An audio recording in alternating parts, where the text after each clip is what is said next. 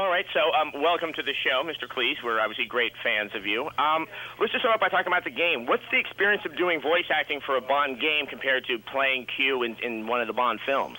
Well, the alarming thing about doing the game is you're so completely in the hands of the director, because obviously if you're doing a movie, you've had the script for some weeks, sometimes even months, and you've talked to the director, and then you're on the set, and you can see the set, and you're with the actors, some of whom have already played scenes before you came into the movie. So there's a lot of stuff that's helping you to know the kind of tone and how to play everything. And if you're doing a voice for something like Shrek, well, you don't have any actors around you, although I did get to record once with Julie Andrews, which was a thrill. But normally you're on your own, but there's a storyboard, and they take you through it before you start recording. They show you the strip cartoon of the entire scene, so you know exactly how it's going to be shot and how far you are from people when you're talking to them, or if you're talking to them through a door, is it ajar or is it closed? All that's there in the storyboard. The problem when you come to do a video game is you don't know any of that stuff. So the director, who's been obsessing about it for 2 or 3 years, he has to tell you exactly what the situation is. For example, is Bond in real danger, or is it after an action sequence and more relaxed so that you're all, it's a more bantering mood? What differentiates your Q from the classic Q character portrayed by Desmond Llewellyn? Well, I don't think it differentiates at all, because as far as I'm concerned, Q is Desmond Llewellyn, and I didn't feel any need when they asked me to do Q to do anything different from what Desmond had been doing. But since I'm not a very good impersonator, I'm not doing a perfect Desmond Llewellyn. It's Desmond Llewellyn filtered through John Cleese. But I'm not really trying to do anything different, because I felt that the character was so well explored, and there was a very good balance between a kind of grudging respect and a kind of irritation with the guy who's always off with girls, wasting his time with those things, and at the same time smashing up this wonderful technology that Q had lovingly made and given to him, and it comes back broken. I mean, all that stuff's already there, so I didn't feel I needed to change anything.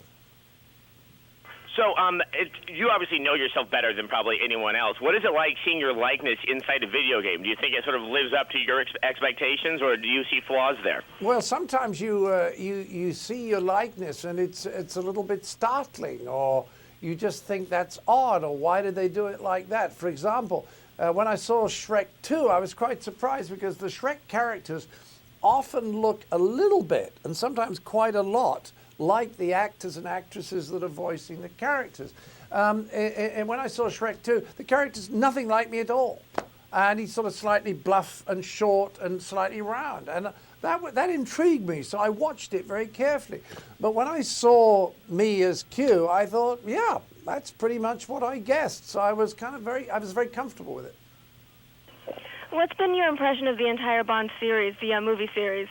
I think like any series, like Monty Python, there were the great ones and the ones that were kind of okay, and one or two that weren't so hot. And I think it's quite remarkable how cleverly, in the last few movies, they've kind of re-injected some of the original energy. I thought at one point it was all special effects, and I think what they're managing to do now is to get a little bit more of the character and humor back in, and I think a huge part of that was they finally got hold of Pierce. And of course, they've been after him for years, as you know, and he was tied up with other things contractually.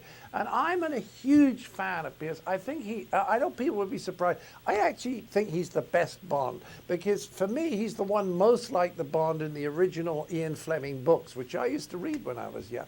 And Sean is terrific. He was the first Bond, and he's dangerous, and he's sexy, and he's great. But Pierce has got that, plus a little bit of the smoothness, a little bit of the suave and soigné stuff.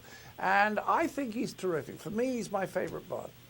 So you're actually saying that you prefer him over Sean Connery. That's quite a bold statement to many people. Yes, and people will be very surprised by it, but it's absolutely genuine. And as the Romans used to say, de gustibus non disputandum est. There's very little point in discussing or arguing personal opinions, but that's my opinion. Right. All the Romans I've talked to have said the same thing. They often say that. They often say that. What was the process of actually getting yourself scanned to be put into the video game? Just sort of, it was like getting a CAT scan or an MRI? Yes, very similar. Really, all you have to do is stay still, so it's relatively easy. So you go in and you sit on a little chair, and then this camera starts moving around you, and it's on like a sort of circular curtain rail. And I don't know, it probably takes about 40 seconds to go around. And what you have to do during that time is not kind of go or anything like that. So you just sit there looking as handsome as possible, and just wait till it goes round. It's not difficult. Do you make that face often? I'm just curious. See, now I'm going to practice. I've been studying Pierce for years. Which of your other roles can you imagine being made into a video game? My other roles? Oh, I don't know. There's a terrifically good video of the Holy Grail, Monty Python and the Holy Grail. What an interesting question. I think they should make a video game out of my program about releasing lemurs back into the wild in Madagascar, because lemurs are the cutest little creatures on God's earth, and I just love them to bits. And Madagascar is unbelievably beautiful. It's a little primitive. You have a very good chance of dying if you go there. But in fact, two of the people on the film crew that went with me both very nearly died. It's a little hairy out there because there's diseases around that we Westerners are not used to. But if anyone hasn't seen that little video that I did, it's a program about releasing captive-born lemurs into the wild so that they can breed with the wild lemurs and save the population. So I think that's one of the best programs I ever made, and so I think I'd choose that one. It's interesting because most games are actually about collecting things, and here you are proposing doing something about actually releasing stuff out there. Now, what would you imagine, say, a Faulty Towers video game would actually be like? What would be the essence of that show that could be transferred into a video game? Well, I think the trouble is Faulty Towers really only exists as a comedy, and I can't think of an example of a really funny video game, except maybe the Holy Grail. Maybe it could be done. I don't know. It'd be difficult though, wouldn't it? This is actually really an interesting point because we've always sort of discussed on our show how a lot of video games never seem to really capture being funny. With your incredible experience in comedy, what would you recommend to game developers out there? Like, what's kind of the essence of comedy that might work well in a video game? Well, the essence of comedy is timing and pace. You would be amazed if I showed you, for example, in Faulty Towers, if I showed you an unedited sequence, a 2-minute scene, and you would look at it and you'd say, yeah, that's kind of funny. Then I'd say, okay, now look at this after we spent 2 hours editing it, because for almost every minute that you see on a Faulty Towers video, we spent 1 hour editing that minute.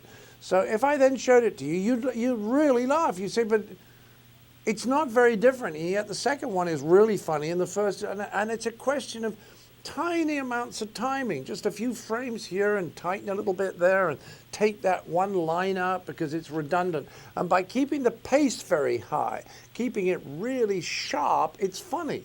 Now, I don't see how you can possibly do that in a video game, but unless the guy playing the video game is a great comedian.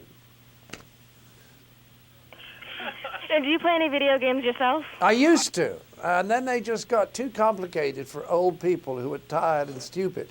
But this Bond video is so good. I'm really amazed by it that I'm going to go back and plead with my daughter that I will give her large quantities of whatever it is that she wants if she will teach me how to play it. Back when you were playing video games, what were the games that you were enjoying? I think it was a combat game called something to do with tanks. I think it was called Combat. Yeah, and it was called Combat. Yeah, and it was it was a long time ago, and it was very primitive. I had great fun playing it. That's with my older daughter. But I haven't played it for years because it's like VCRs. I used to be able to program them for 20 years, and finally they produced one that was too complicated for me to program. So they'd achieved their aim. Now, with all the, and as you talk about that video games have changed so much, do you think with all the new 3D technology where we can actually explore a world, that there might be a chance to sort of, take a Monty Python-esque setting and actually try to make a game where you go adventuring and meeting the, oddball characters you and your cohorts? Yes, I think you could. I think you could do that. I think would work. I think you could do a sort of a funny one. It's like The Meaning of Life was originally, when we were planning, it was originally about a group of people getting into Range Rovers and driving off into the hills somewhere very remote to find out what the meaning of life was. Remember, it was going to be sponsored by a tobacco company. And I thought that was a very funny premise. And I think you could do that, visiting all kinds of different gurus. You could make that quite funny. I better copyright that idea quickly. Or will you copyright it for me? Well, I've already written it down, and I'll be pitching it myself with my name attached to it. But thank you very much for the idea.